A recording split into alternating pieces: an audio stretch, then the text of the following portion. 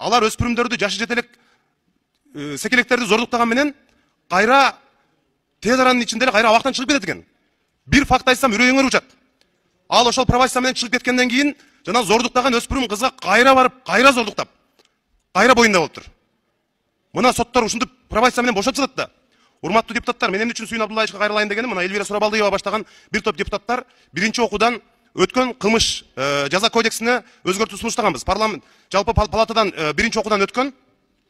Ушуну азыр фракциялардын чечимдери менен экинчи, үчүнчү окуудан өткөрүшүбүз керек. Анткени буга азыр мыйзамда ушундай жылчыкчаларды таап алган соттор. Мен кат жүзүндө тиешелүү комитетке өзүмдүн сунуштарымды бердим. 16 жашка тола элек бала менен сексуалдык мүнөздөгү аракеттер үчүн зордуктоого барган биздин жанагы кылмышкер мыкаачылар үчүн пробация иштебеш керек. Алар ошол оор жазага тартылган боюнча аларды түрмөдөн бошотконго биз эч кандай бүт жагынан мындай бөгөт коюшубуз керек. Мына ушул мыйзам долбоорун комитетке ошо дүйшөмбү күнү киргизип, эмки жумада экинчи, үчүнчү окууда чукул кабыл алып беришибиз керек деген ойдомун. Рахмат.